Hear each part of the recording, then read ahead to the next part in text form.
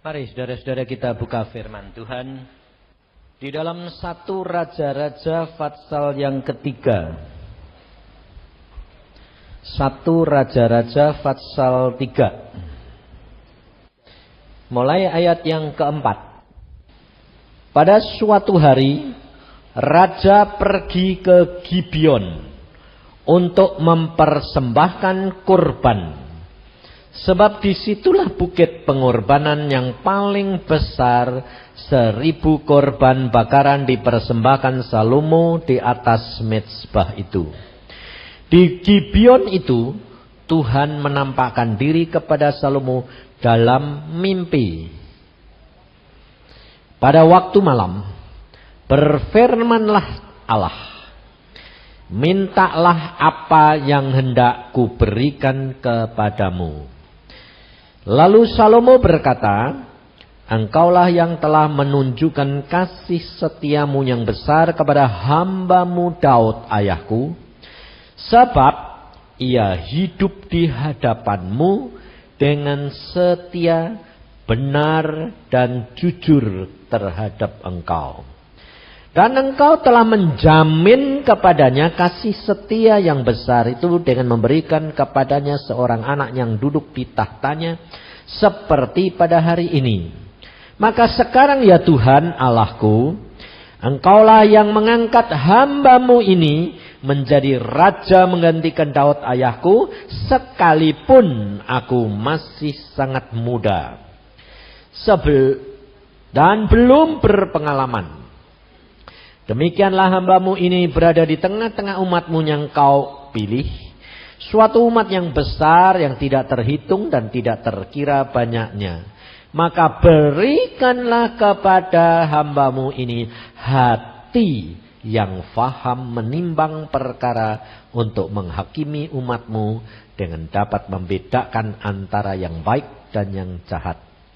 Sebab siapakah yang sanggup menghakimi umatmu yang sangat besar ini? Lalu adalah baik di mata Tuhan bahwa Salomo meminta hal yang demikian. Jadi berfirmanlah Allah kepadanya, oleh karena engkau telah meminta hal yang demikian dan tidak meminta umur panjang atau kekayaan atau nyawa musuhmu, melainkan pengertian memutuskan hukum, maka sesungguhnya aku melakukan sesuai dengan permintaanmu. Sesungguhnya aku memberikan kepadamu hati yang penuh hikmat dan pengertian, sehingga sebelum engkau tidak ada seorang pun seperti engkau, dan sesudah engkau takkan bangkit seorang pun seperti engkau. Dan juga apa yang tidak kau minta aku berikan kepadamu, baik kekayaan maupun kemuliaan, sehingga sepanjang umurmu tak ada seorang pun seperti engkau di antara raja-raja.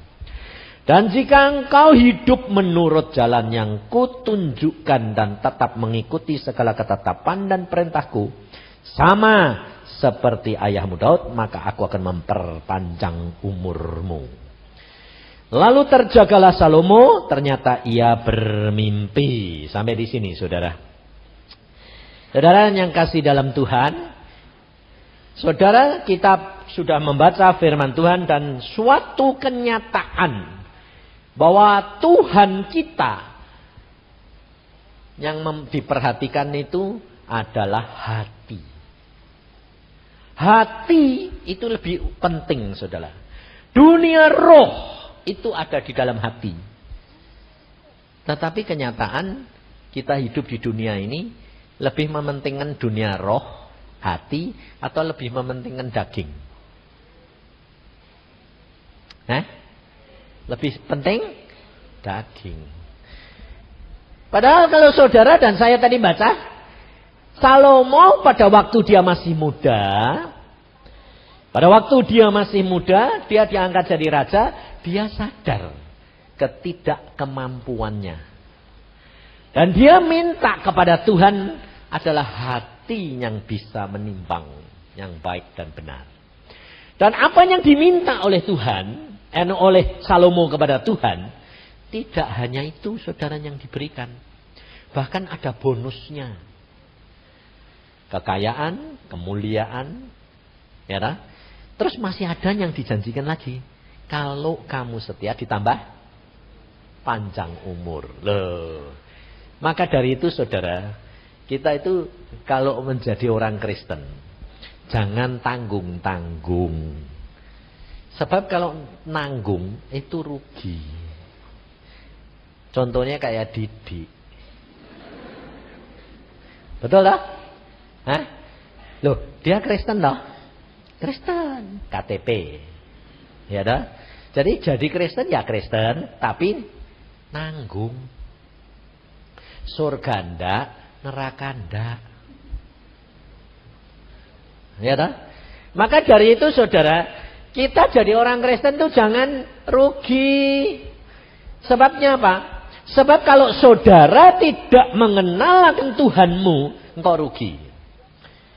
Engkau tidak akan mencapai jatah target yang Tuhan sudah sediakan buat tiap saudara. Tuhan itu maha luar biasa kasihnya. Setiap orang punya jatah sendiri-sendiri. Jadi tidak usah ribut. Ada yang banyak yang tanya sama saya begini, Pak, di surga itu nanti sama rata sama rasa enggak ya? Enggak, kok enak. Sama rata sama rasa itu minis itu. Enggak. Sebab Tuhan berkata, ada yang upahnya besar, ada yang upahnya kecil. Iya dah. Kamu mau upahnya gede apa kecil? Yang kamu kepengen apa? Upah besar, kerja kecil. Mana ada? Jadi sekejar jadi orang Kristen tapi kepengennya upahnya gede, mana ada? Tidak ada saudara. Nah, maka dari itu saudara, kalau saudara itu bisa menggenapi target saja, itu sudah suatu anugerah. Kenapa? Sebab untuk menggenapi target itu tidak gampang saudara. Coba contohnya saudara tadi. Didik tadi dapat penglihatan persis toh mimpi ini sama-sama. Salomo toh. Sama, ketemu Tuhan. Tapi mimpi. Loh, mimpi itu saudara tahu. Hidup kekristenan itu harus dimulai dari dunia roh. Sebab Yesus itu roh yang menjelma menjadi manusia daging. Jadi kalau saudara tidak belajar dari Yesus, saudara tidak akan dapat mencapai target. Sebabnya apa? Sebab saudara ini kebalikan. Saudara dilahirkan dalam roh atau dalam daging? Dalam daging. Saudara dilahirkan dalam daging, tetapi juga dilahirkan dalam roh. Karena sudah bertobat, dipermandikan, itu sudah dilahirkan dalam roh. Jadi saudara sekarang hidup di dalam dunia daging dan dunia roh. Dua. Tapi saudara lebih banyak hidup dalam dunia daging atau dunia roh? Daging. Nah, jadi kalau hidup dalam dunia daging, itu di dunia atau di surga? Dunia. Saudara ini sudah di kerajaan surga apa belum? Saudara ini sudah di kerajaan surga apa belum? Sudah. Saudara dan saya sudah hidup di dalam kerajaan surga, tapi hidup di dalam daging. Lah kepiye itu? Coba. Coba. Logikanya di mana? Hidup di dalam kerajaan surga, tapi 90% hidup di dalam daging. Lalu kamu dapat apa? Nanti masuk surga itu loh, ngemper kamu. Jadi jangan kira saudara, kalau engkau tidak hidup di dalam dunia roh, saudara tidak bisa melepaskan ikatan dengan daging. Sebab Alkitab berkata, yang kamu ikat di dunia terikat di surga. Sebab saudara dan saya sudah hidup di dalam dunia.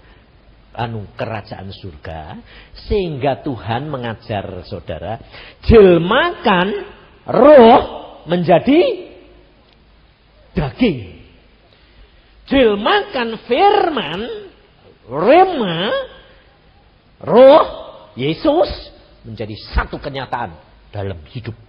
Contohnya bagaimana? Apa yang dialami Didi? Dokter bilang tidak ada obat. Ya toh? Jadi di dalam daging itu tidak mungkin. Disembuhkan tuh tidak mungkin.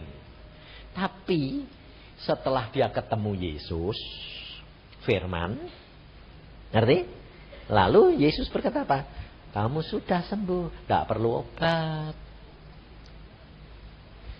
Firman Yesus yang berkata, rema, jelma, jadi daging. Sembuh. Ngerti tidak? Tapi saudara kerap kali tidak gitu. Saudara kebalik. Saudara baca firman, terus saudara senang sesuatu, terus saudara bilang, tak iman. Betul tak? Jadi yang kamu imani itu sebetulnya rema atau kehendakmu? Kehendakmu. Sebab apa?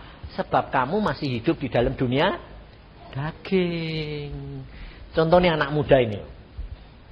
Anak muda ini coba. Waktu Salomo masih muda, dia memikirkan perkara kerajaan. Karena dia diangkat Tuhan jadi raja, dia sadar dia tidak mampu. Dia yang diminta adalah hati yang bisa menimbang. Nah, tetapi saudara, lalu kenyataan setelah dia diberikan kebijaksanaan dan akal budi begitu hebat, lalu semua raja di sekitar Timur Tengah sana kagum-kagum. Biasanya kalau kagum itu lalu ngasih apa? Upeti, persembahan. Termasuk anak-anak kepengen punya mantu. Jadi putri-putri raja ini dikasihkan Salomo. Loh, sekarang saya tanya, Salomo itu kepengen enggak istrinya itu 1000? Hah? Enggak, saya yakin Salomo pasti enggak kepingin. Sebab enggak kuat. Kalau digilir setiap hari 1 hari, 3 tahun. Lah kan bodol. Loh betul dah? Lah istri kok 1000? Lah ketemunya itu kapan? Kalau digilir setiap hari 1 hari saja 3 tahun. Baru ketemu balik meneh. Jadi saya yakin Salomo tidak kepingin toh? Enggak. Tapi gara-gara disodori. Karena apa disodori? Kenapa? Karena hikmat, kepandaian maupun kebijaksanaan. Nah, ya toh? Padahal Tuhan janjinya apa? Kamu tidak minta kekayaan maupun apa, tapi aku tambahi kekayaan. Tapi Tuhan tidak pernah janjikan tambah istrinya banyak. Enggak toh? Tapi sama Salomo diterima. Akhirnya diterima itu kaya harta benda, kaya istri. Betul dong? Tidak ada yang tidak kaya istri. 1000 kok, bayangin.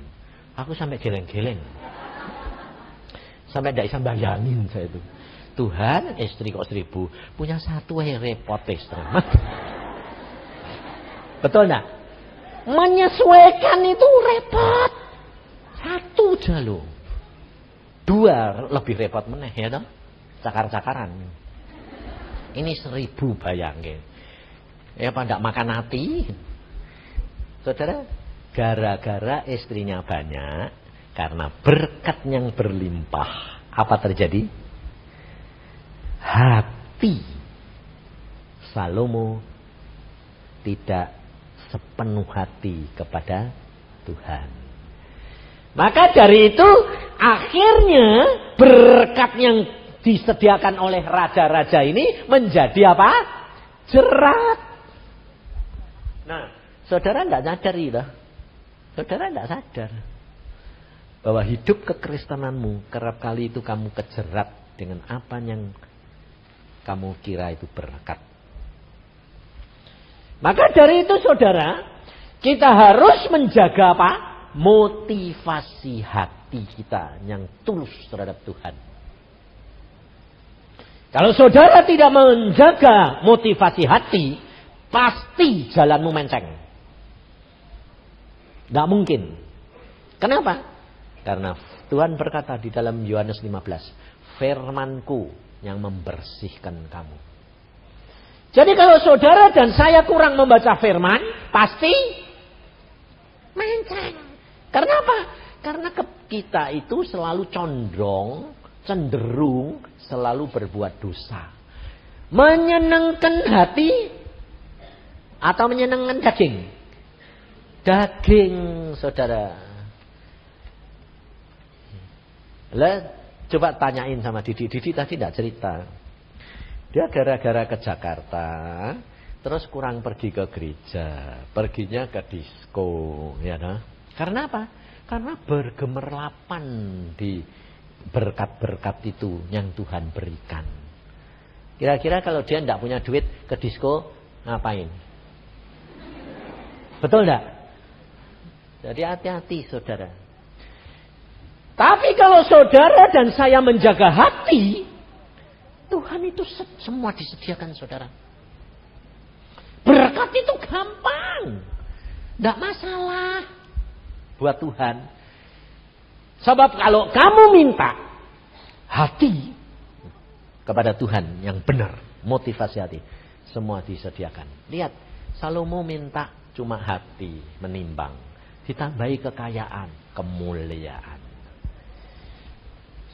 Tetapi saudara dan saya mengerti firman, belum jaminan.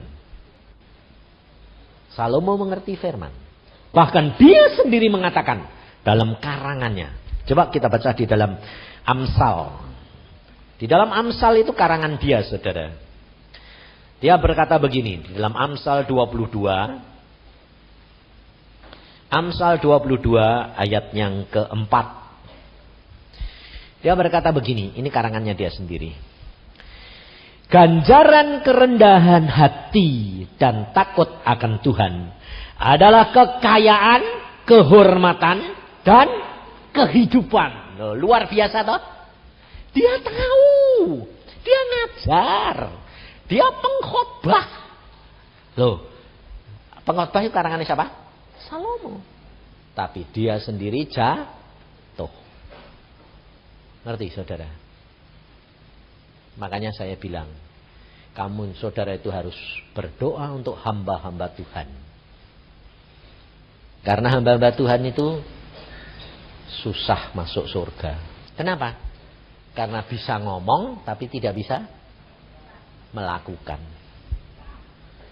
Makanya kalau hamba Tuhan itu ngajar saudara gini-gini, Tuhan Yesus bilang apa? Ini dipegang. Jangan lalu bilang, hamba Tuhan itu gini, pasti benar. Belum tentu. Tuhan Yesus bilang apa? Pengajarannya dengarkan.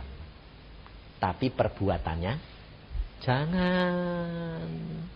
Tapi saudara selalu kalau hamba Tuhan ngomong gitu, saudara pikir perbuatannya sudah pasti gitu dah. Salah. Makanya Yusuf Roni pernah ngomong gini. Waktu ada orang itu masuk surga sama Petrus. Tadi Didi kan ketemu Petrus.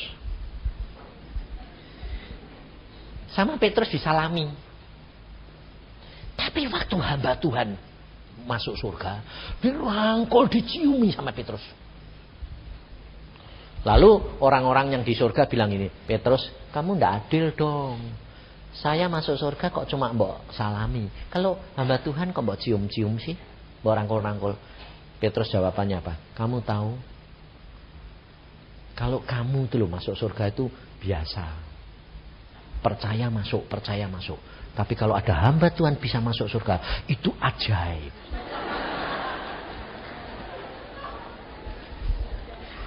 Sehingga kalau ada hamba Tuhan bisa masuk surga, waduh, Petrus setengah mati. Makanya ada Sandu Sundar Singh dapat penglihatan. Penglihatannya begini.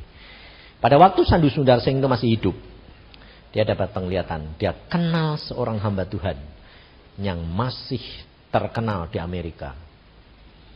Tapi pada dia punya jemaat banyak, dia terkenal sekali. Dia pada waktu masuk surga tidak terbuka pintu surga. Sandu Sundar Singh geleng-geleng, loh Tuhan, itu kan hamba Tuhan terkenal di Amerika.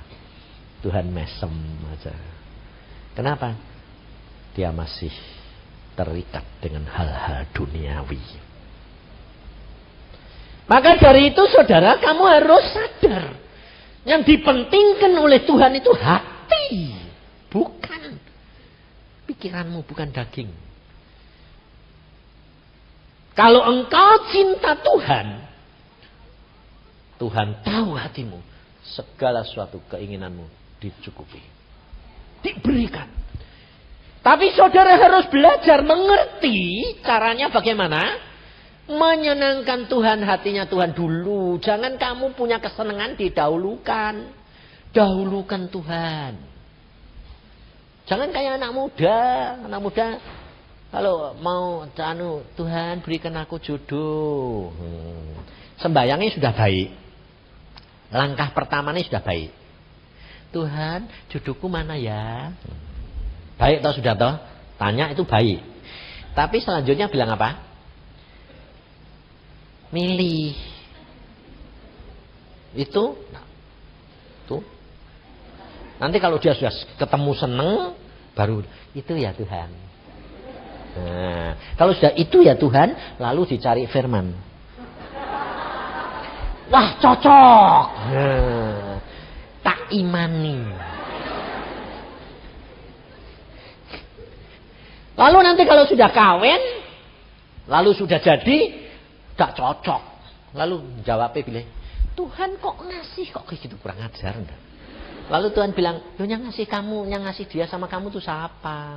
Nah dulu aku kan sudah minta daripadamu. Memang kamu minta, tapi itu bukan kehendakku. Berarti kamu? Saudara dan saya kerap kali melakukan pekerjaan Tuhan. Tapi saudara tidak melakukan kehendak Tuhan. Beda enggak? Melakukan pekerjaan Tuhan itu lebih gampang daripada melakukan kehendak Tuhan. Sebab kalau saudara dan saya melakukan kehendak Tuhan, itu adalah saudara mesti tanya dulu, rema dulu. Baru kamu tahu kehendaknya Tuhan. Yang mana buat kamu. Dan justru kalau Tuhan yang memberikan firman dan kehendak Tuhan, itu tidak masuk akal dan tidak bisa kita terima. Contohnya sobat didik tadi. Tuhan bilang apa? Harusnya kalau kamu sudah sembuh ya tidak perlu obat. Tapi dia dulunya masih minum obat enggak? Masih. Kenapa? Itu hikmat dunia. Itu bukan kehendak Tuhan. Beda saudara. Lalu kalau ditanya, lu kok masih minum obat? Jawabannya mesti apa? Kan kita diberi akal budi. Kan kita diberi hikmat. Dokter pun itu dijadikan Tuhan. Loh memang. Tapi kalau Tuhan bilang, kamu minum obat. Minumlah. Kalau tidak minum, salah. Kalau Tuhan sudah berfirman. Ini ada seorang hamba Tuhan. Hamba Tuhan ini selalu mengimani. Dia berkata, percaya jadi. Lah, lalu dia itu dulu terkenal pertama kali karismatik, dia paling getol. Dia dengar firman Tuhan, cari kehendak Tuhan, lakukan. Cari kehendak Tuhan, lakukan. Dengar suara Tuhan, lakukan. Iman. Nah, anaknya sakit, saudara. Anaknya sakit, dia berkata gini, tak imani, mesti sembuh tanpa obat. Tambah lama, tambah parah, plus mau mati. Lalu dokter datang. ini tidak mau kasih obat, nanti dalam hari ini mesti mati. Oh, akhirnya melihat anaknya menderita kayak gitu, bilang apa? Ya sudah, kasih obat. Tak kuat. Diobatin. Nah, mati.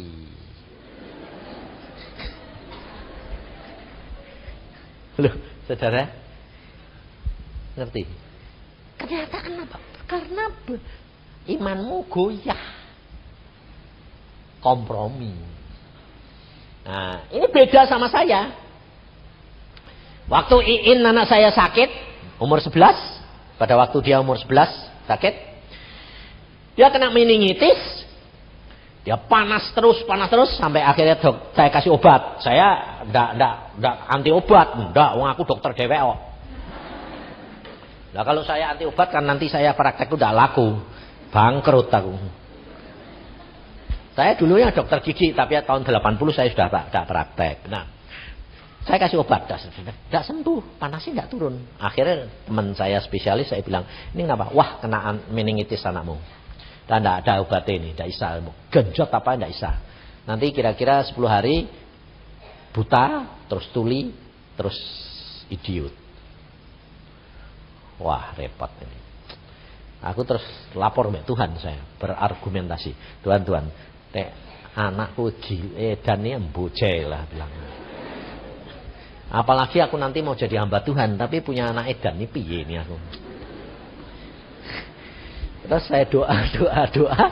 Tuhan ngomongnya gini, stop semua obat, hanya dengan doa dan puasa anakmu sembuh. Wah, kalau kamu dengar gitu langsung apa? Bilang apa? Amin. Betul? Betul lah? Tapi kalau Tuhan berfirman begitu itu jangan dikira terus mata jasmanimu itu lihat terus sembuh. Siapa bilang? Maka dari itu saya katakan alami secara pribadi, kenali Allahmu secara nyata. Nanti kamu akan tahu jalan-jalannya Tuhan luar biasa. Waktu saya bilang sama istri saya, stop semua obat. Yang setengah mati itu istri saya. Karena saya kerja di kantor sebagai kepala perawat gigi. Jadi istri saya yang di rumah. Teman-teman dokter, apoteker, terus pendeta pada datang. Kasih obat dong. Nah istri bilang, tidak. Yang setengah mati kan dia. Dimaki-maki. Iman ya iman. Tapi jangan nggak pakai akal. Nah, tapi istri saya hebat. Dia bilang apa? Nggak. Sampai satu teman saya, saudara, teman baik. Dia bilang apa? Wah, bapaknya sinting. Anakku diculik. Bayangin, saudara. Dia yang bukan anaknya lebih ribut daripada saya. Lalu dia merencanakan nanti dia cari rumah sakit di Boromius, minta tempat. Dia sudah merencanakan lusa anaknya tak culik. Dibawakan ambulan, mau dibawa langsung dibawa ke rumah sakit. Bayangin, saudara. Sudah ngerancang. Nah, waktu itu sudah buta tuli. Jadi ini teman saya mau ngerancang, istri saya bilang tetap tambah lama, tambah buta. Padahal firman Tuhan bilang sembuh. Tak stop obat, langsung lusane lupa. Lampunya kok digelapi, terang benderang bilang gelap, mati. Wes buta ini. Sebentar lagi kita ngomong apa? Wah, bayangin saudara, itu kenyataan. Saudara dan saya kalau dapat rema, itu pasti setannya tidak senang. Dan engkau pasti diuji. Bertentangan. Saya bilang, mati pun biar. Sebab saya sudah kenal Tuhan. Tidak masalah. Kalau mati biar, toh mesti masuk surga. Nanti bikin lagi. Nah. Itu anak perempuan cuma satu kok saya. Laki-laki 2, perempuannya 1. Jadi saya bilang sama istri saya, tidak apa-apa, biar mati ya sudah pulang. Toh nanti ketemu di surga. Saya orangnya nekat, saudara. Sampai teman saya mau nyuri, mau nyulik. Tapi malam itu, Pak sore itu Tuhan berkata, anak ini ngomong, Papa, apa? Aku mau pulang. Saudara. Ujian itu, testing iman, itu tidak cuma sekedar kesukaran, harus setia sampai mati. Nah, makanya Didik pun waktu mau disembuhkan Tuhan, mau takut mati enggak? Takut. Jadi ujiannya sampai mati. Tidak bisa saudara. Saudara bilang, ya jangan toh Tuhan. Kok enak. Yang ngatur saudara apa Tuhan? Nah maka itu. Sehingga pada waktu itu dia berkata, aku mau pulang Pak. Oke. Semua keluar. Istri saya suruh keluar. Mak engkongnya saya suruh keluar. Kenapa? Nangis semua. Kan ngaco nanti. Saya yang goyah iman nih. Empot-empotan. Bayangin. Nangis semua. Menangisnya kayak gini. Kalau nangis tok lumayan. Nangisnya udah. Enggak, jangan dong Tuhan. Jangan dong Tuhan. Di otot-ototan iman-imanan mbak Tuhan ya kalah. Nah, model saya ndak gitu. Ayo semua keluar. Tak tutup pintu nih. Sama papa sendiri. Mau pulang? Jam berapa? Jam 3. Oke, saya sembahyang. Pulang, tak antar. Saya orangnya. Meskipun ada suara gini. Katanya Tuhan menyembuhkan. Itu hak dia. Kalau dia bilang mau sembuhkan tapi ternyata dibawa pulang, tanggung jawabnya dia. Sing malu dia. Betul enggak? Loh, kamu bisa berani gitu enggak sama Tuhan? Enggak berani toh? Enggak berani karena kamu belum kenal. Kalau kamu sudah kenal, kamu enggak akan mundur. Saya enggak. Biarin. Saya selalu kalau ngomong terus terang. Lah kalau enggak jadi, sing malu dek nenek. Bukan aku, masa bodoh. Saya bilang sama anak, oke, jam 3 pulang, tak antar papa. Ketemu di surga. Saya doa, Tuhan, anak ini mau pulang. Saya baru ngomong gitu, anaknya ngomong, surga enak Tuhan. Loh, ketemu Tuhan ini ngomong-ngomong. Pak denger ke? Kalau enak mau Tuhan pulang. Loh, suruh balik Tuhan. Ya balik, enggak apa-apa Tuhan. Tak sukamu. Sebentar lagi bilang, setan jahat kamu. Enggak, Tuhan baik. Tuhan tuh baik, enggak pernah jahat. Nah, saya bilang, wah dialuh ini. Langsung saya sembahyang. Nah, mesti sembahyang saya. Tuhan, kalau anakku mbok suruh balik, jamin nanti hidupnya berkenan kepadamu dan tidak akan terhilang. Kalau sampai besar terhilang, lebih baik pulang sekarang. Sebab aku tidak tahu nanti gede ini jadi apa, ya toh? Tak minta jaminan Tuhan. Tahu-tahu dia jam 3 tepat tidur. Langsung tahu saya. Oh, beres, tidak mati. Langsung saya keluar, saya bilang sama istri saya, beres.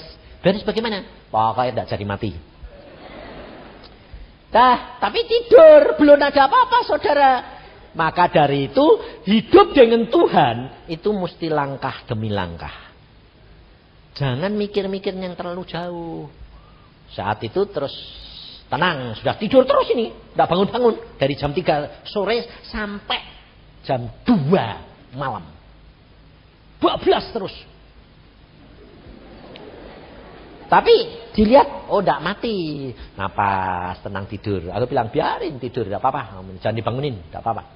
Jam 11 malam Tuhan ngomong sama saya. Baru ngomong lagi. Jadi saudara itu harus berjaga dan berdoa senantiasa. Menjaga motivasi hati. Jadi kalau Tuhan ngomong, kamu dengar. Kamu pusing dengan akalmu nih. Bagaimana? Apa? Tuhan yang ngomong. Tidak dengar kamu. Telat. Saya diam. Terus jam 11 Tuhan ngomong, sekarang. Apa Tuhan, kok sekarang ada apa? Aku mau bertindak. Ya. Bukan saya. Dia yang mau bertindak. Kumpulkan semua. Sembayang semua. Kumpul sembayang. Lah, kalau punya masalah, sembayangnya kan ngotot toh. Iya dah? Ngotot. Padahal kalau saya enggak ngotot. Saya kalau punya masalah malah enggak ngotot. Kalau biasa, kalau tidak ada apa-apa, saya sembayangnya tekun. Jam-jaman. Tapi kalau saya punya masalah, saya tidak ngotot. Kenapa? Saya kenal watak dia. Wong dia itu aneh. Tek kamu mau, dia tidak mau. Tek kamu tidak mau, dia mau. Loh, Tuhanmu itu aneh. Makanya aku itu sudah kenal. Aku punya masalah. Tidak pernah aku ngotot. Selalu bilang gini. Tuhan, ini loh masalahnya. Maumu apa? Terserah. Bawa matiin pun terserah. Tidak apa-apa. Aku ngucap syukur. Itu toh. Tapi kalau saya tidak punya masalah, doa terus jam-jaman. Makanya setan tahu. Dek dikasih masalah, dia tidak pusing kok. Dan Tuhan tahu, dek anak ini tak kasih masalah, malah sembayangnya seenaknya. Dek tidak punya masalah, sembayangnya tekun. Kebalikan sama kamu. Kalau dikasih masalah, tekun. Dek tidak ada masalah, kurang. Lah Tuhan kan kepingin deket sama kamu, jadi dikasih masalah. Makanya masalahmu itu tidak barbar. Kenapa? Lah karena kalau ada masalah, kamu ngotot. Salah, saudara. Tidak ada masalah, cinta Tuhan. Ada masalah, ngucap syukur. Dia bertindak. Wong dia maha kuasa. Dia berkata, akulah jalan kebenaran dan hidup. Saudara tidak usah takut. Iya dah. Saudara tidak perlu takut. Dong dia jalani kok. Yang punya dia. Segala-galanya yang punya dia. Ngapain pusing-pusing? Santai aja. Makanya pada waktu itu saya bilang, apa Tuhan? Doa. Ya wis doa. Nyembah, ngucap syukur, bahasa lidah. Toh. Tidak minta apa-apa dah. Tapi bapakku, mamaku. Aku bilang, ya ben lah Tuhan mong. Dek nenek ngotot. Toh memang Tuhan sudah janji ya wis. Jam 2 Tuhan berkata, lihat. Kaget aku. Apa yang tak lihat? Aku dikasih penglihatan. Loh, ada kera 2 didadani Iin. Loh kok ada setan? Oh ini yang gara-gara bikin panas terus ini toh. Aku bilang, dalam nama Tuhan Yesus, setan kera, pergi. Dia pergi. Nemplok ngene gegere istriku. Plok. Lu yang ini di sini nih. Pindah, saudara. Tapi dia tahu, ini di gegerku. Dia bilang, aku bilang, enggak boleh. Ayo pulang. Kamu dari mana? Dari Linggarjati. Loh, keluar sana. Pulang. Bilang, bangun, buka mata. Loh, papa, mama, lu kok kumpul semua? Kenapa? Loh, saudara.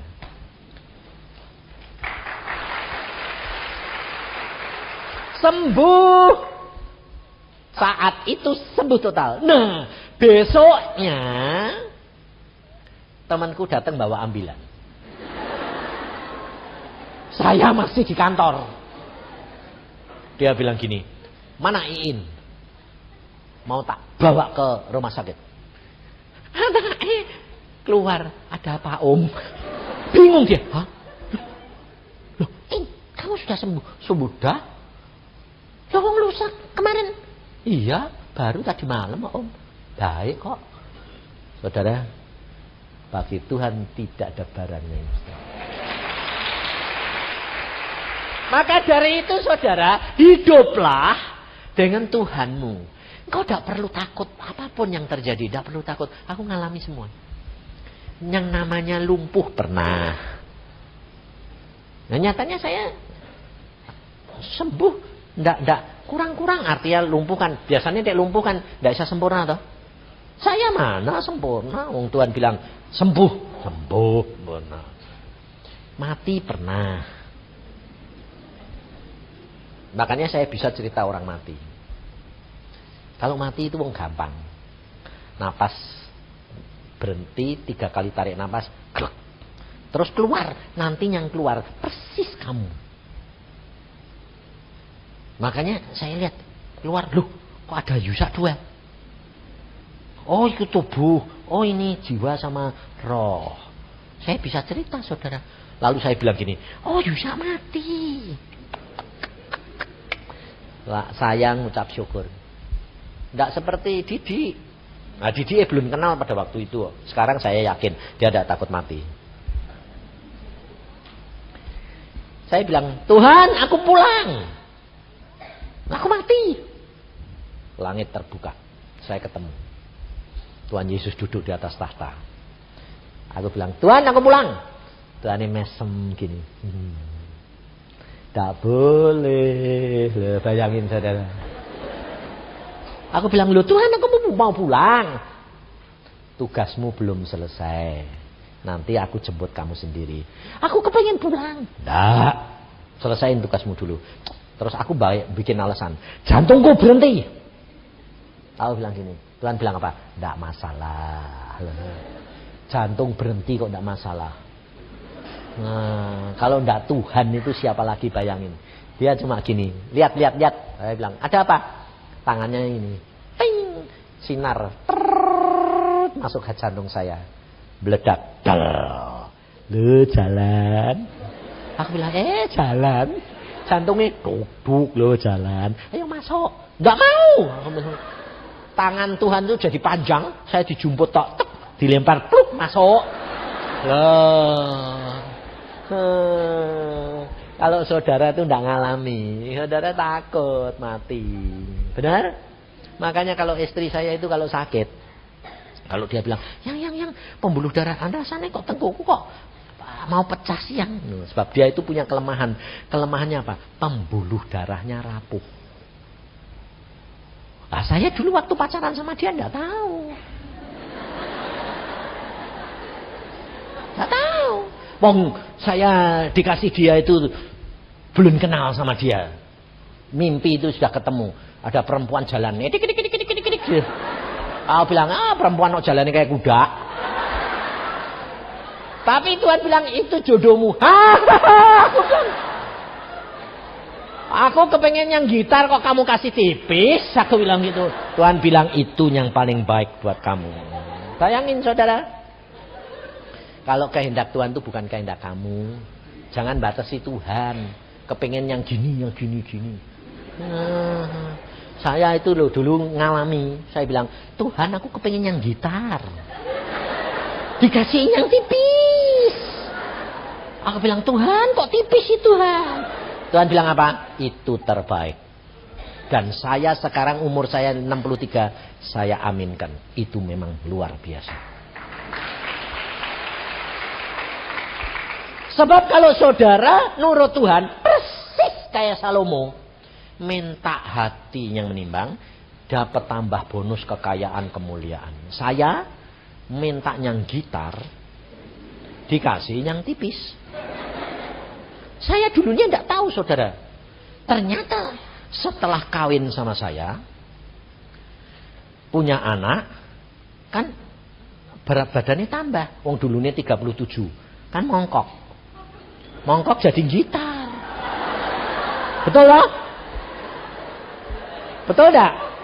Lalu setelah pada waktu dia sudah jadi gitar, lalu mode anu tipis. Zaman itu kan lalu ada yang tipis toh.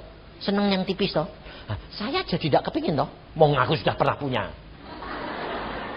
Ya toh? Sudah punya tipis, sudah pernah punya tipis, punya gitar, kan lebih seneng. Wong kepingin gitar. Ya toh? Itu Tuhan. Sekarang ditambahi Tuhan bonus lagi, gitar bass.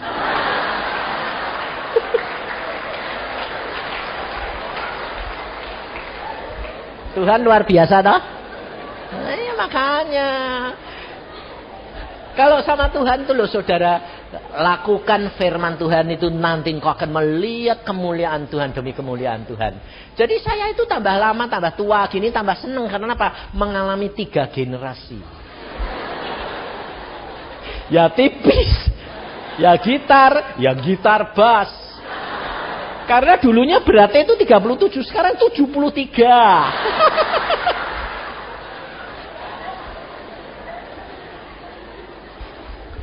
Makanya saudara, saya tuh menikmati. Benar, saya nikmati.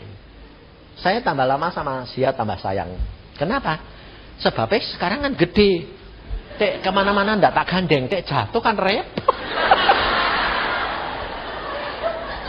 Saya yang rugi. Kalau dulu waktu muda dia bilang gini, kamu kok dulu tidak tahu gandeng lah, kamu tipis gandeng yang gerundung tidak apa-apa. Sekarang ngomong repot, eman-eman barang antik kok.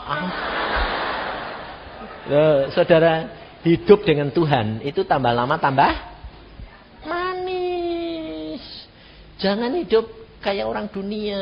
Pertama manis, lama-lama jadi pahit. Nah, hidup dengan Tuhan itu luar biasa. Ini di Cirebon. Om ini tanya sama saya gini, Pak, istriku itu tidak bisa bertobat sih Pak. Loh, kamu sudah bertobat berapa lama? 15 tahun. Lah kenapa istrimu tidak bertobat? Tidak tahu Pak, tidak mau diajak ke gereja aja tidak mau. Terus saya bilang gini, Tuhan ini kasihan dong Tuhan. Tuhan ini bilang apa? Dia beriman tapi tidak pernah berbuat. Aku yang ngomong gitu. Kamu punya iman, percaya tapi tidak pernah berbuat. Lalu dia tanya, dalam bidang apa? Wah, aku bingung dah. Aku ya bilang, lah Tuhan tanya ini loh, dalam bidang apa? Suruh lakukan. Lakuin apa Tuhan? Oh, kamu ini mau istrimu bertobat tak? Ya. Baik, praktek. Iman dan perbuatan. Ya, baik. Apa saja tak lakukan Pak? Ya. Mulai malam ini kalau tidur, kamu lihat. Kamu tidur sama istrimu toh? Ya. Lihat istrimu kalau sudah tidur, rangkul.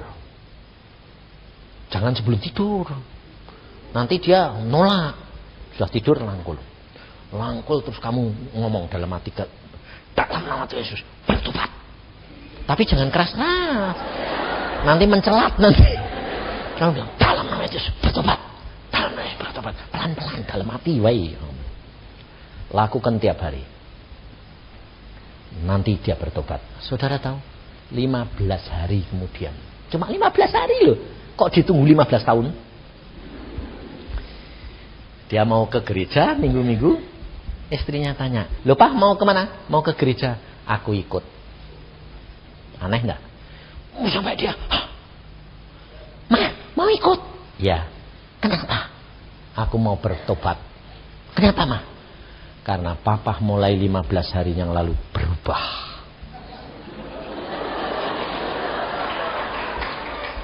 Berubahnya bagaimana? Selama kamu kawin sama saya tidur tidak pernah ngerangkul. Tapi mulai 2 minggu yang lalu setiap malam aku mau rangkul. Kita kan tidak tahu pikirannya dia toh. Tapi Tuhan tahu pikirannya nyonyain. 15 tahun bertobat tapi tidak pernah mengasihi dengan kenyataan. Cuma teori. Lalu Tuhan tidak bilang, "Tiap malam rangkul." Tidak. Harus bertindak dengan iman. Tangkingin dalam nama Yesus bertobat. Tapi bertindak dengan praktek. Iman tanpa perbuatan mati. Kamu punya roh, tapi kamu punya daging. Dunia membutuhkan apa? Daging, kenyataan. Maka dari itu, bertobat saudara. Lalu ditemuin saya, "Pak, ini loh istri saya bertobat luar biasa ya Pak." Tapi dia tidak berani cerita. Aku tak rangkul, tak tangkingin. Lalu saya tanya sama istrinya, "Lalu bagaimana Bu? Sekarang tiap malam dirangkul apa enggak?" "Oh terus Pak." Ngerti enggak saudara? Jadi saudara hidup di dalam Tuhan, tapi saudara juga harus sadar, hidup di dalam dunia perlu kebijaksanaan. Jangan keminter. Sebab anak muda kalau sudah mulai baca firman, lalu dengar suara Tuhan, orang tuanya dilawan. Pokoknya Tuhan ngomong gini. Ya salah, tidak bijaksana itu saudara. Saudara harus bijaksana, sebab saya dulu pernah salah sama bapak saya. Pada waktu saya umur 21, saya diundang ke Amerika untuk sekolah. Saya bilang, "Pak, saya mau pergi sekolah teologi." Bapak saya bilang apa? "Kamu harus sekolah dokter." Saya bilang apa? "Kalau saya mengasihi Papa lebih daripada Tuhan, tidak layak jadi muridnya Tuhan." Papa saya langsung matanya melotot, piring dipecah, "Tak buang kamu." putus hubungan. Saya bilang, tidak apa-apa. Tapi sebelum itu Pak, saya masuk kamar, doa. Salah ternyata saudara. Doa puasa 3 hari 3 malam, Tuhan nemuin saya sendiri. Tuhan Yesus berkata begini, anak, dengar kehendak orang tuamu. Turuti kehendak orang tuamu. Nanti pada waktunya aku panggil kamu sendiri. Jadi jangan menentang, karena firman Tuhan berkata, hormati orang tuamu. Jadi dalam dunia daging perlu. Sehingga akhirnya saya sekolah kedokteran gigi, dan jadi akhirnya Tuhan bilang, sekarang lepas. Makanya anak saya Iin disuruh sekolah ke Belanda, sama Tuhan bilang kirim ke Belanda. Gak punya duit Tuhan. Aku yang nyekolahin bukan kamu. Udah kana kirim. Ya wis. Bayangin saudara. Saya kirim, saya tidak punya duit. Tapi saudara tahu, saya bilang oke. Ada orang datang ngasih 1.200 US dollar. Saya bilang, loh Tuhan luar biasa. Lalu Tuhan berkata apa? Beli tiket. Langsung beli tiket saya. Beli tiket. Tidak ada. Penuh semua. Tidak ada Tuhan. Pulang saya naik mobil. Sampai mobil pulang di tengah jalan ini. Tuhan ngomong lagi gini. Ada. Coba bayangin. Logikanya di mana? Yang tahu ada itu Tuhan atau yang ngurus travel? Daging travel. Tapi Tuhan itu luar biasa. Lah kemudian Tuhan yang punya travel bilang tidak ada. Kamu bilang ada. Balik aku. Nemuin direkturnya. Pak, saya mau terbang ke Belanda. 2 orang, saya sama anak saya. Tidak ada tiket. Ada. Langsung dia bilang gini. Loh, yang bilang ada itu siapa? Lah saya ya bilang loh, bapakku. Bapakmu siapa namanya? Lah saya yang ngomong, yang di surga. Lalu dia bilang apa? Oh. Digituin saudara. Padahal orang Kristen loh. Orang Kristen itu yang gitu itu. Orang Kristen saudara, saya dimeni gila gini. Saya bilang, ada. Langsung dia bilang, kalau ada pakai apa? Digituin saya. Saya bilang, Tuhan pakai apa? SQ, Singapore Airlines. Apalagi Singapore Airlines? Pokoknya ada. Dia langsung gini. Wah repot, urusan sama orang gila. Bayangin saudara. Saya ngalami sendiri itu. Terus akhirnya apa? Anda telex ke Singapura. Kalau tidak ada telex tak bayar. Tapi kalau ada, aku tidak mau bayar. Telex dia. Ya sudah, ngurusi orang gila. Tapi dikerjain telex. Saya langsung ditelepon. Saya pulang, langsung ditelepon Singapore Airlines. Mr. Cipto, ya. Ada 2 tiket. Aku bilang, bagaimana bisa ada? Pas namamu masuk, ada 2 orang suami istri mengundurkan diri.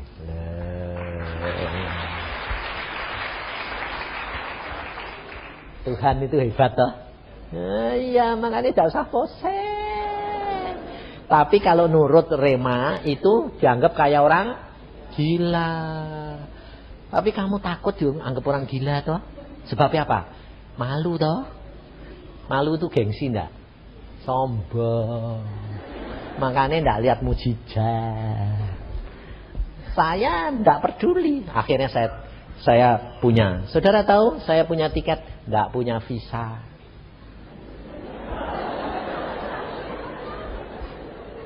Sebab sebelum dapat tiket harus tiket dulu baru visa saudara. Zaman itu beda. Jadi tiket bilang tidak ada, sedang diurus ke sana. Tuhan bilang kamu pergi ke visa. Saya datang ke kedutaan. Pak, saya mau pergi ke Belanda. Saya bilang apa Tuhan? Bilang turis. Kalau bilang studi nanti susah tanyaannya. Turis. Bapak sudah punya tiket? Belum. Tidak boleh Pak. Tunjukkan tiket dulu. Saya sedang urus. Tapi tidak ada. Oh, sudah dijanji sama travel. Sudah, tapi belum ada. Nggak boleh Pak, harus tiket. Ya sudah toh. Aku bilang, Tuhan nggak salahku loh ya. Nggak boleh kok. Keluar saya, duduk. Berdiri, mau keluar. Duta besarnya keluar. Lihat saya. Yusa. Dipanggil. Saya nggak kenal dia kenal aku. Pak Yusa. Aku ya bilang, tak pikir sopo gitu ya. Tidak ngerti aku. Halo. Loh, kamu mau apa? Saya mau minta visa, tapi belum punya tiket, barusan diurus. Langsung dia bilang sama pegawai yang nolak saya tadi, untuk orang ini bikin kasih visa. Kalau tidak punya tiket kedutaan berikan dia.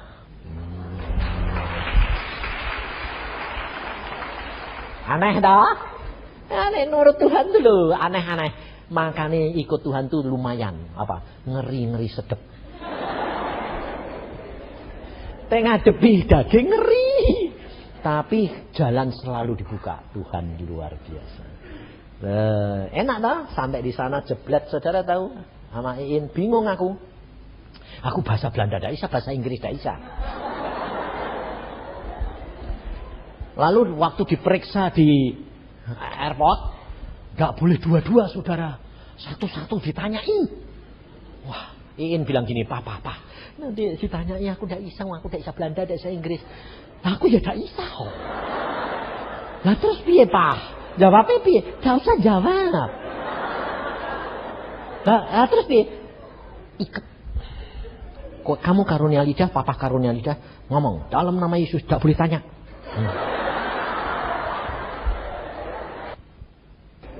Kita karunia lidah terus. Giliran saya, depan saya suami istri. Satu-satu. Saya tidak peduli. Selesai saya maju berdua. Tak tengking, jangan tanya. Tidak dilarang tuh. Tak kasih dua-dua. Tok. Bayangin saudara. Tanya kecap saja. Kenapa? Tuhan ngerti aku tidak bisa. Masuk. Waktu saya sampai temu anak Pak Tony, Jeffrey bilang, Om, wah Tuhan luar biasa Om. Kenapa? Om datang, peraturan sekolahan dirubah. Ada panitia penerimaan mahasiswa Indonesia. Tidak usah bawa apa-apa, langsung lapor, semua diberesin mereka. Tuhan luar biasa saudara. Sampai saya bilang, wah Tuhan, timingnya tuh pas semua. Lalu pada saat itu, saya ditanya Pak Polisi. Saya bawa mahasiswa supaya nerjemahin dong, udah bisa apa-apa. Tanya, mana sponsor? Waduh, tak punya aku. Sponsornya harus punya gaji 4.000 gulden. Siapa yang mau jadi sponsor? Waduh, aku bilang, Tuhan bagaimana? Aku sudah sediakan sponsor. Sudah, santai dah. Santai aja. Tapi gak ngomong, siapa? Gak ngomong. Makanya jangan kaget ya Tuhan. Kalau Tuhan sudah ngomong itu dia gak ngomong. Terus apa yang terjadi? Tuhan bilang, kamu pergi gereja. Jauh saudara. Gereja bahasa Belanda.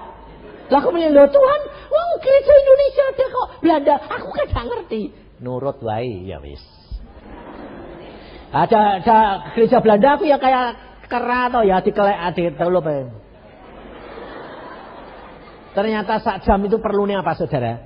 Supaya saya ke gereja itu ketemu bekas teman saya dokter gigi yang dari Indonesia pindah ke sana.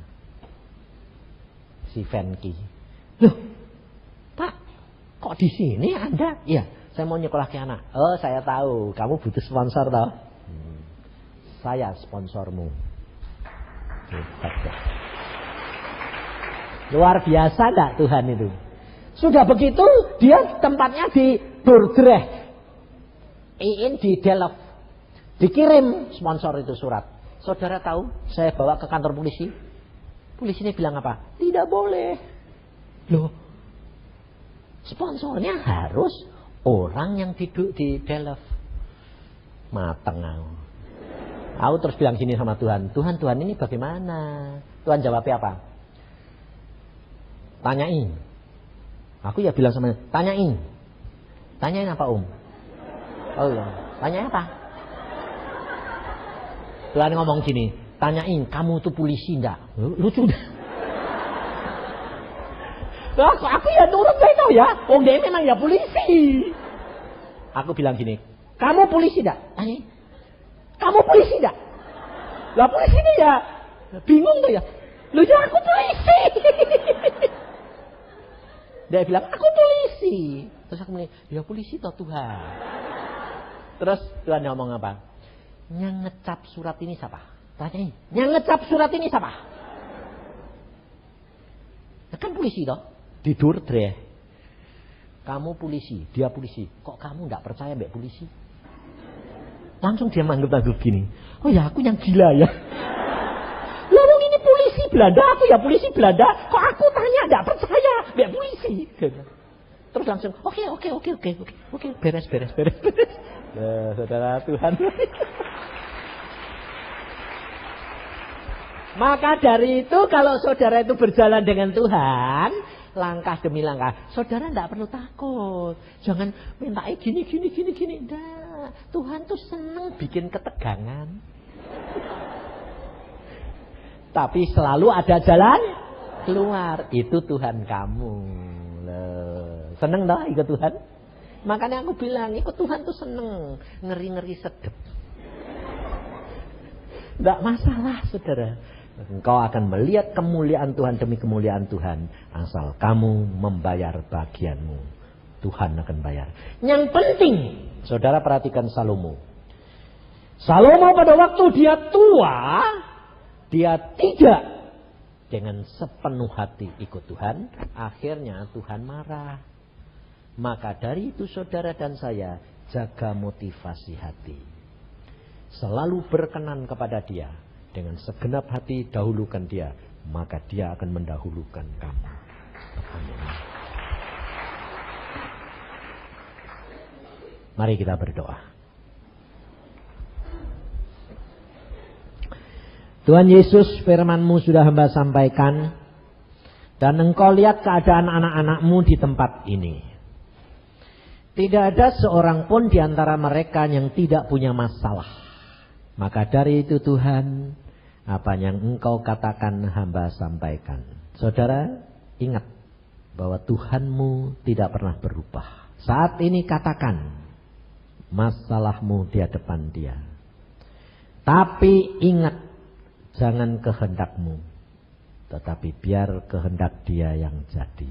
Tuhan Yesus di Taman Getsemani pun minta, tapi Dia berkata kehendakmu yang jadi. Maka dari itu angkat tanganmu katakan, berikan masalahmu kepada Dia. Ngomong, jangan diem. Jangan mengatakan bahwa engkau tahu Tuhan masalahku. Tidak. Tuhan mau supaya mulutmu mengakui dan ucapkan. Banyak anak-anak Tuhan yang sudah mempraktekkan. Ucapkan masalahmu di hadapan Dia. Katakan. Dia mendengar, Dia akan menyelesaikan. Bapak, hamba-Mu mengucap syukur. Sekarang tiba waktunya Engkau dengar setiap masalah anak-anak-Mu. Hamba tahu bahwa Engkau pasti mendengar. Dan hamba tahu Engkau sudah menyediakan jalan bagi anak-anak. Tidak ada sesuatu pun yang tersembunyi. Yang sakit, masalah keluarga, masalah keuangan, masalah jodoh, masalah damai sejahtera, masalah sekolah. Engkau tahu tidak ada masalah kepandaian, kepintaran, kebodohan. Tuhan, Engkau lihat anak-anak-Mu. Dan aku percaya Engkau sudah catat doa-doa mereka. Terima kasih Tuhan. Hamba-Mu percaya Engkau mendengar. Engkau mendengar. Percayalah saudara, katakan kepada Dia, Tuhan, aku mengucap syukur. karena Engkau sudah mendengar segala permasalahanku. Dan aku percaya Engkau pasti menjawabnya pada waktunya. Terima kasih Tuhan, karena Engkau Allah yang Maha Tahu yang terbaik buat aku. Terima kasih Bapa akan kasih sayang dan setiamu. Mari kita berdiri saudara.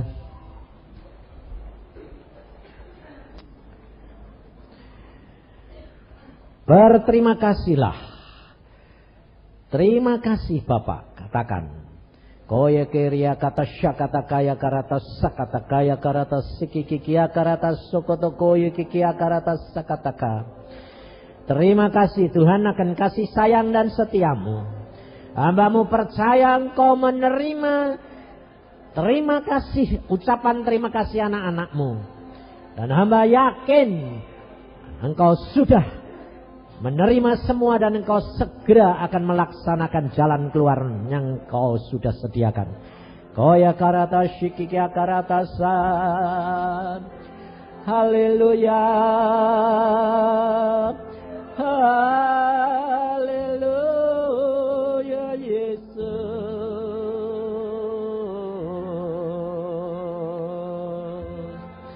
Terima kasih Tuhan akan jalan keluar yang Kau berikan. Terima kasih Tuhan akan kemurahan-Mu.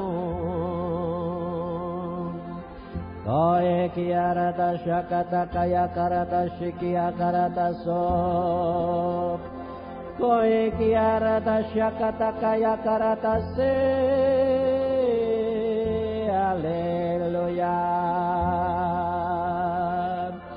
Koe kiarata syakata kaya karata shikia karata sok. Percayalah anak, Tuhanmu sudah mendengar dan Dia akan segera menyelesaikan masalahmu. Itulah yang Tuhan janjikan. Terima kasih Bapakku, karena Engkaulah segalanya bagi kami. Sekarang tiba waktunya anak-anak-Mu hendak pulang Tuhan. Engkau kirimkan malaikat-Mu untuk mengawalinya. Kasih karunia yang daripada Bapa dengan pimpinan Roh Kudus dan tuntunan daripada Yesus Kristus Tuhan menyertai engkau. Tuhan berkata saudara, jangan takut, jangan khawatir, aku menyertai engkau. Terima kasih Tuhan. Haleluya. Setiap orang katakan amin.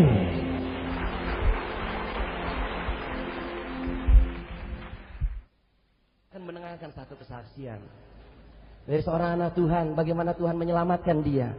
Bagaimana Tuhan tabib yang agung.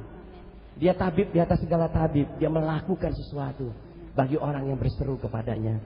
Saya undang saudara Didi Mirhat. Mari kita sambut di dalam nama Tuhan Yesus. Kita beri tepuk tangan untuk kebesaran Tuhan. Shalom saudara-saudara yang dikasihi Kristus. Shalom. Shalom. Selamat malam. Sebelum saya memberikan kesaksian, sebelumnya saya akan mengenalkan nama saya Didi Mirhat. Saya akan mulai dengan satu hal yang saya jalani jadi saya terlahir dari keluarga Kristen. Saya waktu kecil saya mengalami apa yang namanya dibaptis.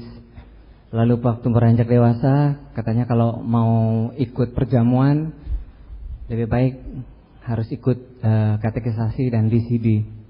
Semuanya saya jalanin dan saya sering ke gereja setiap minggu. Tapi di sini saya belum mengenal siapa Tuhan Yesus itu. Saya tahu orang Kristen punya Tuhan Yesus, tapi sekedar tahu saja. Tapi saya sendiri belum mengenal siapa Tuhan Yesus.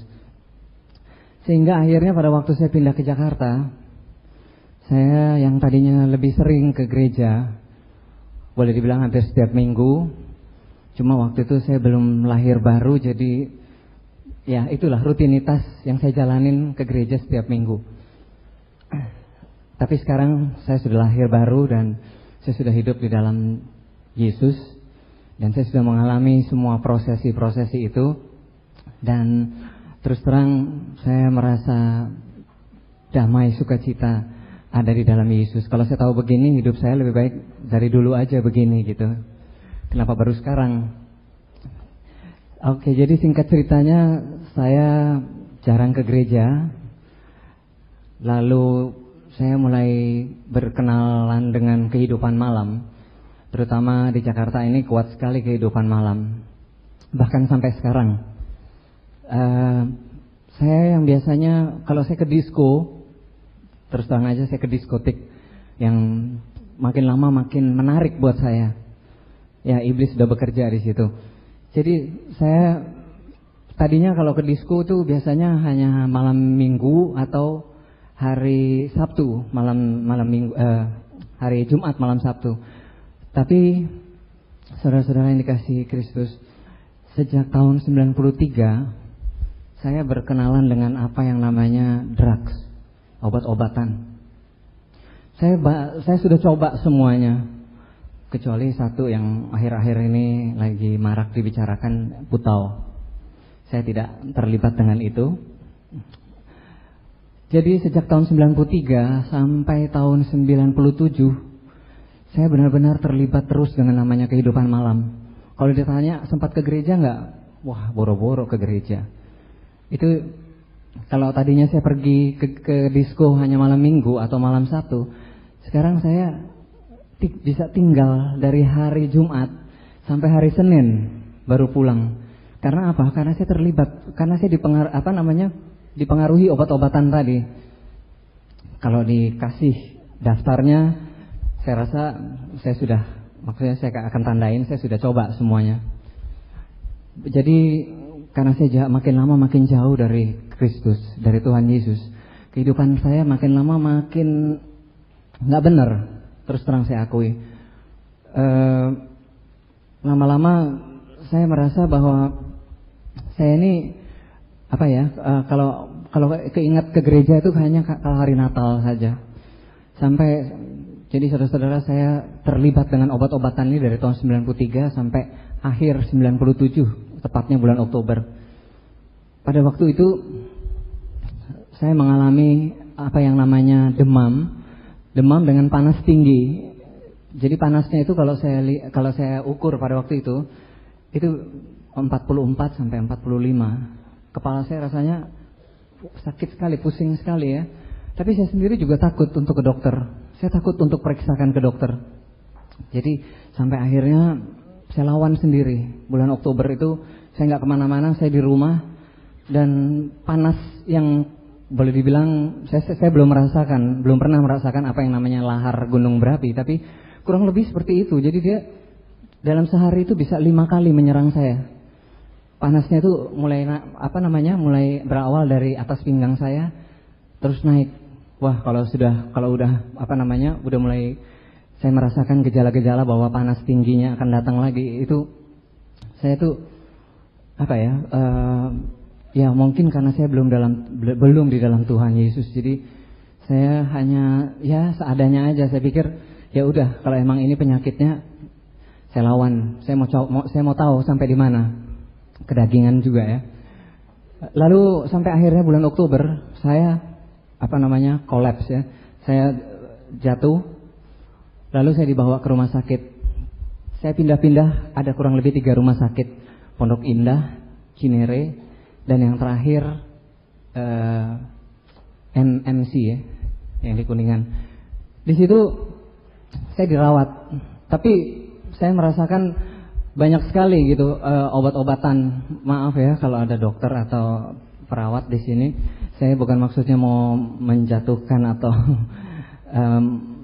mengatakan hal-hal yang ini, tapi saya itu merasa infus dan obat-obatan itu makin lama makin saya nggak tahu apa itu menyembuhkan, tapi lama-lama itu kayaknya berlomba-lomba. Soalnya yang saya telan obatnya sehari itu mungkin bisa 5 sampai 7 macam dan harus saya telan. Jadi saudara, waktu saya di rumah sakit, bobot saya, waktu itu badan saya boleh dibilang cukup atletis, berisi. Berat saya itu 75 kilo. Lalu setelah rumah sakit yang terakhir, MMC, saya belum dapat diagnosa dari dokter. Tapi setiap pagi saya mandi, saya lihat di kaca, suster yang memandikan saya keluar, lalu saya lihat di kaca, badan saya kok lama-lama makin kurus. Dan itu cepat sekali, drastis sekali. Saudara bisa bayangkan kalau saudara melihat suatu pagi saudara bangun ke kamar mandi, terus saudara lihat, loh ini mana apa lemak-lemak yang tadinya ada, tahu-tahu sudah makin lama makin ini ya. Dan itu saya perhatikan terus tiap pagi. Sampai akhirnya hari yang saya tunggu-tunggu, yaitu diagnosa dari dokter, itu datang. Tapi dokternya itu bilang sama saya, Didi, kamu agamanya apa? Saya bilang agama Kristen. Kamu sering berdoa atau sering baca Alkitab? Iya ya dok ya, saya memang agak jarang gitu. Lalu sejak dokter itu ngomong dan hari di mana dokter menyatakan bahwa saudara tahu apa yang saya derita selama ini, saya sendiri juga sampai sekarang takut. Dokter mengatakan bahwa ini berita sebetulnya sangat tidak enak. Saya sendiri juga mau menyampaikan ke kamu, tapi saya perlu saya perlu keberanian juga sebagai dokter. Saya cuma mau bilang supaya kamu tabah mendengar berita ini. Saya mau katakan bahwa kamu menderita virus HIV. Jadi setahu saya virus HIV itu belum diketemukan obat penangkalnya atau yang untuk menyembuhkan. Setahu saya seperti pemain basket tuh, Michael Jordan ya, bukan? Magic Johnson. Dia itu dia harus hidup terus ditopang dengan obat-obatan. Begitu juga saya, dokter menyatakan kalau kamu mau bertahan hidup, kamu harus minum obat-obatan ini setiap hari sebagai penyanggah daya tahan tubuh saya. Tapi saudara-saudara, obat-obatan itu per 100 bijinya aja sudah 2,5 juta. Dan itu saya habiskan hanya dalam waktu 1 minggu. Jadi saya benar-benar, tapi terima kasih sekali karena banyak sekali mulai berdatangan hamba Tuhan ke rumah sakit. Jadi mereka semua rata-rata mendoakan saya dan saya mulai tergerak untuk baca firman. Bahkan saya akui di sini lebih sering saya baca firman, saya lebih saya lebih agak ringan gitu perasaan saya. Terus terang pada waktu itu, waktu dokter mengatakan bahwa Anda mengidap virus HIV dan kita di sini belum ada obatnya, saya cuma pikir mati. Tapi ternyata ketakutan saya, terus terang saya takut sekali. Saudara-saudara tahu pada malam hari kalau saya doa, kadang-kadang saya susah sekali walaupun saya ngantuk. Karena pengaruh obat-obat saya nggak berani tutup mata saya. Karena apa? Virus HIV ini belum bisa dipegang ininya. Jadi saya takut besok pagi saya nggak bangun lagi gitu. Jadi terus terang saya banyak menangis dan dengan membaca firman Tuhan ini saya banyak dikuatkan. Terus terang saudara-saudara, firman Tuhan ini benar-benar menguatkan saya. Bahkan lama-lama berita tentang penyakit saya sendiri itu sudah saya anggap hal yang sepele. Memang banyak sekali rekan-rekan saya yang datang ke rumah sakit yang besuk saya. Teman-teman saya yang dengan beribu macam motivasi datang membesuk saya. Kadang-kadang mungkin di luaran mereka cerita yang lebih jelek lagi, tapi tidak saya pikirkan. Terus terang tidak mengganggu saya. Karena firman Tuhan ini benar-benar saya semakin tekun baca firman Tuhan.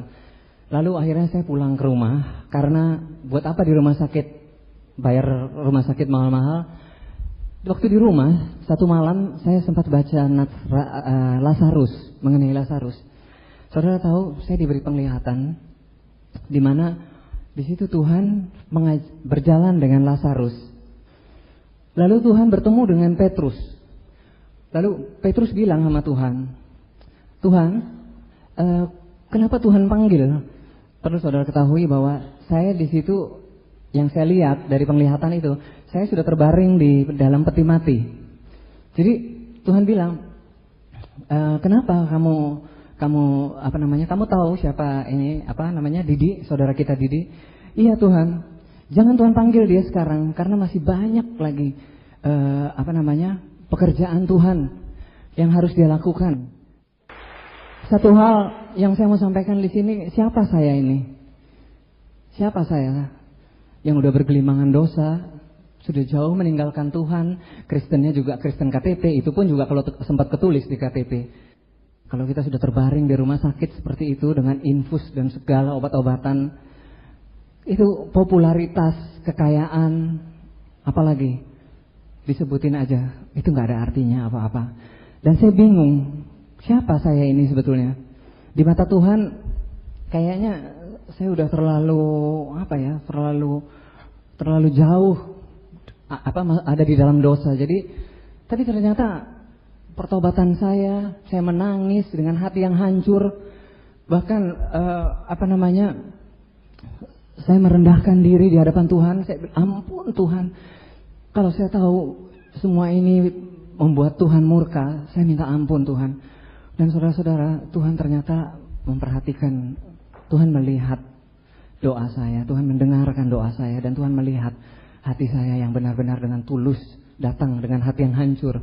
Jadi waktu penglihatan itu Tuhan datang, Tuhan turun, lalu Tuhan bilang sama Petrus, baiklah, saya akan pertimbangkan. Lalu Tuhan turun dan Tuhan bangunkan saya. Didi, kali ini saya beri kamu kesempatan. Tapi saya mau pesankan ke kamu, jangan lagi kembali ke jalan yang dia tunjukkan di situ. Walaupun saya nggak tahu yang jalannya mana. Dia bilang penyamun, pembunuh sudah siap membunuh kamu. Jadi saya tahu yang dimaksud Tuhan itu jangan ulangi lagi apa yang sudah kita alami. Jadi jangan lihat ke belakang lagi. Itu jelas sekali. Dan saudara-saudara, seperti tadi yang saya bilang, rekan-rekan saya yang datang ke rumah sakit itu mereka walaupun mata mereka senyum, ketawa, cepat sembuh dan segala macam, basa-basinya banyak sekali. Tapi saya bukan mau blame mereka, tapi terima kasih karena mereka sudah datang. Tapi rata-rata saudara tahu, mata mereka tidak bisa membohongin. Jadi mereka melihat ke saya itu walaupun mulutnya senyum, mereka kayaknya mengatakan, ya lewat deh. Sampai kapan sih kamu bertahan? Kayaknya kita sebagai temannya harus merelakan dia untuk gak lama lagi pergi. Karena saudara bisa lihat sendiri, kalau mungkin saudara punya saudara-saudara yang sakit, tapi saya harap jangan. Itu bagaimana 75 kilo jadi 50 kilo. Saya sendiri ada saya fotonya, tapi saya gak mau lihat lagi. Sudah cukup ya, jadi kita gak perlu lihat ke belakang lagi. Dan saudara tahu, saya mengalami mujizat. Setelah penglihatan itu, Tuhan benar-benar memberi kesempatan. Tuhan menyembuhkan saya. Jadi kalau teman-teman saya yang datang ke rumah sakit, mungkin matanya ngelihat, ya mati deh ini anak. Tapi ternyata apa yang mustahil di mata manusia, itu tidak ada yang mustahil di mata Tuhan. Dan saya sudah mengalami hal itu. Sejak saya lihat teman-teman saya, mungkin mereka terlalu, ya begitulah. Manusia bisa, tapi rencana Tuhan lain. Jadi saya mulai mendengar tentang kesembuhan saya makin banyak lagi melalui hamba Tuhan. Bahkan ada satu, kalau dipikir-pikir, ada orang bule, Reverend Henry Jones, dia dari Amerika. Tapi kok bisa-bisanya sebelum akhir dari kebaktian, dia mau bikin seminar waktu itu di sini beberapa bulan yang lalu. Tiba-tiba dia dari sekian banyak orang, dia lihat saya duduk di situ, dia datang ke saya dan dia tumpangi tangannya, dia bilang, Tuhan sangat mengasihi saudara dan kesembuhan sudah diberikan. Jadi tidak ada lagi ketakutan, bimbang, ragu-ragu karena kamu sudah disembuhkan. Saudara, saya mau bilang bahwa sekarang berat bobot saya yang tadinya 50 kilo seperti lidi atau gagang sapu, sekarang Tuhan mulai pulihkan saya. Tuhan mulai beri saya kesembuhan. Dari 50 saya naik 55, 60, sekarang sudah mendekati 70. Jadi kalau saya lihat 5 kilo lagi saya udah balik ke normal dong. Seperti janji Tuhan. Jadi saya sudah mengalami mujizat ini dan Oh iya, untuk obat-obatan yang tadinya saya bingung, keluar 2,5 juta setiap minggu gimana ya. Tapi saya minta sama Tuhan, Tuhan bilang semuanya sudah diberikan sama kamu. Kenapa kamu mesti ragu-ragu lagi? Kenapa kamu mesti tergantung dengan obat-obatan itu? Karena kesembuhan sudah saya berikan. Jadi saudara-saudara, puji Tuhan, saya tidak perlu lagi keluar 2,5 juta setiap minggu untuk obat-obatan itu. Saya hidup dengan apa adanya yang Tuhan berikan kepada saya.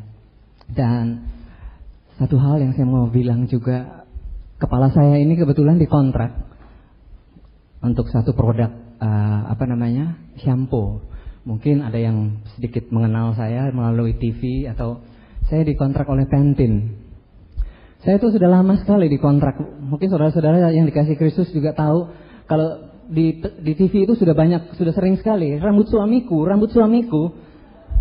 Saya sendiri juga udah bosan gitu. Dan saya pikir kok sudah mesti diganti saya. Kalau menurut shampoo atau apa gitu, itu biasanya saya sudah mestinya diganti. Biasanya mereka langsung cari model baru. Tapi saya sudah dikontrak selama 3 tahun.